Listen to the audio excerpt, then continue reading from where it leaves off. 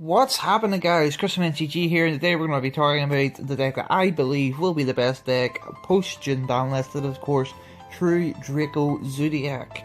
I believe this is the most all-round deck, been able to play through cards such as Dimensional Barrier and Maxi, which are cards that the deck usually wouldn't be able to play against or play through, talking about pure Zoodiac, of course, and this deck is a much higher ceiling than pure true Draco, so combining them together, best hybrid.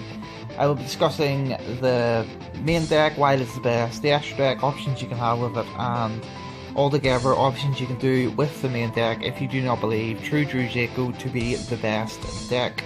So let's run through the main deck. First of all, we're on double Masterpiece, 1 Thoroughblade, double Whiptail, triple Ramram, double Rat, triple Bulbaboon, triple Ash, triple Ghost Ogre, 1 Maxi, 1 Rikeki, triple Terraforming, 1 Pokemon, triple Barrage, 1 True Draco Heritage, triple Tinky, triple Diagram, 1 Revival, triple Strike, and 1 Warning for the extra, 1 Tornado Dragon, not Great Tornado, double Emerald, 1 Abyss Dweller, 1 Tiger Mortar, 1 Hammer Kong, double Leica, triple Dragon, 1 Borbo, double Broadbill, and 1 MX Saber Invoker. So I'm going to start with the main deck first of all. Bulbaboon comes in and replaces the Speedroid engine for two purposes. One, I think MX Saber Invoker is far too powerful of an asset just to discard due to the loss of the Speedroid engine.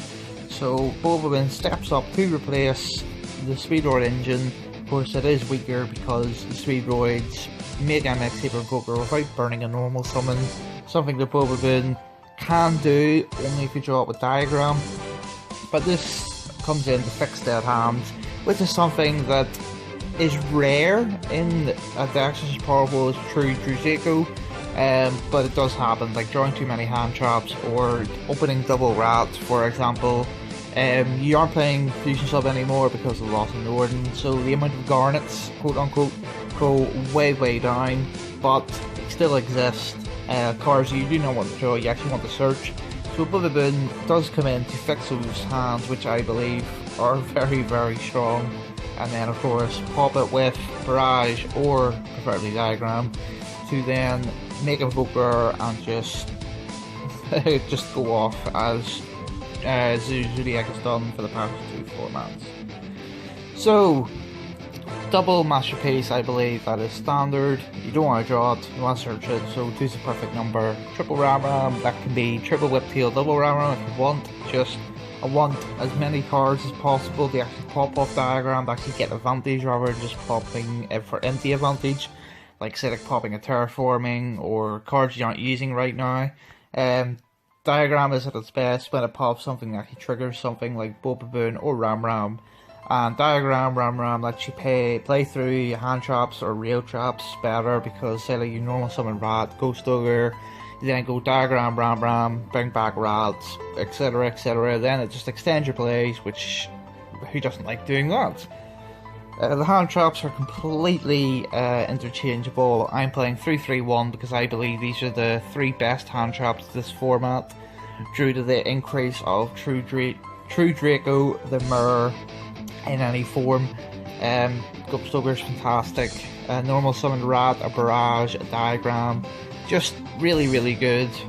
And of course Ash has nobody everything. Maxi is like a win condition against the Zoodiac. It in Dimensional Barrier says end your turn to the pure Zoo variant. I'm playing Real Traps along with 1 Maxi and 1 Rikeki, with the thinking that I want to out the Masterpiece without too many resources being wasted.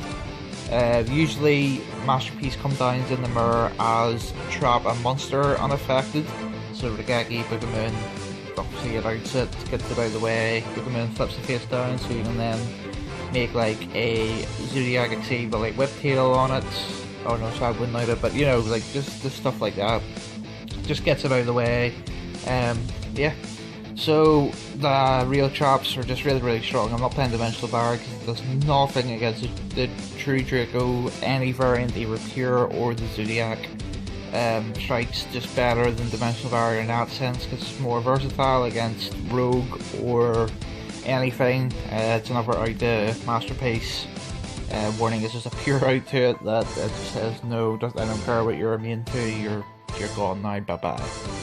So that's the main deck that I believe is the best. That's the sort of obscure ratios I'll be playing. I think 1-on-1 is quite normal for this. You can increase it, which is what I'll be talking about right now. You play like Dynamite Knuckle, then maybe like 2 of this and 2 of this, and then maybe a couple of the other trap or more the other like Gusto Emerald spell. Can of course play that. I just don't, because it actually increases the bricks of the card, because the True Draco are not like the Zoodiac where it only needs 1 card to function. You do need 2 cards to function with the True Draco card, so it actually increases the chances of drawing them by themselves. So I don't like that.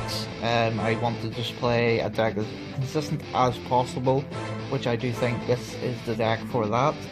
Instead of playing the True Draco engine, you can play Kaijus, i.e. 3 to 4 Kaijus and 2 Slumber. This will out Masterpiece, no problemo, because you're playing 3 to 4 Kaijus. That's just a 1-for-1 exchange, no problems.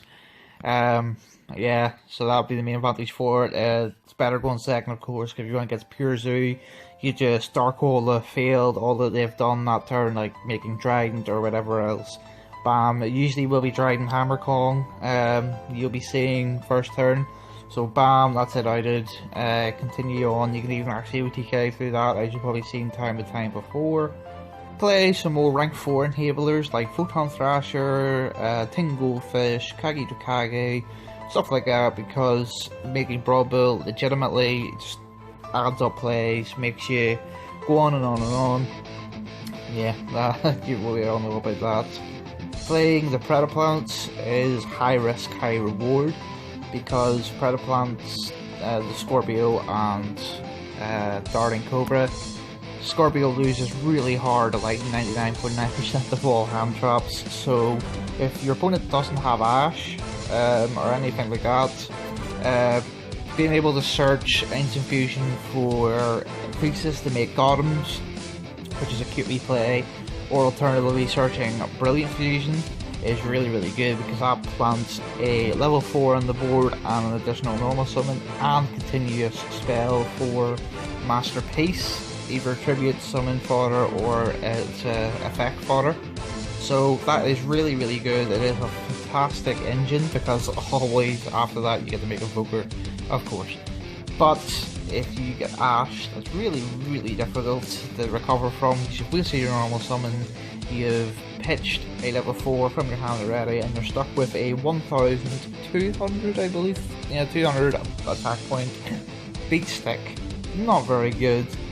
So I don't want to play it, because I am not a high risk, high reward player. I want to play as consistently as possible, but that does not mean I'm correct in that mindset. That's just something I do not like at all.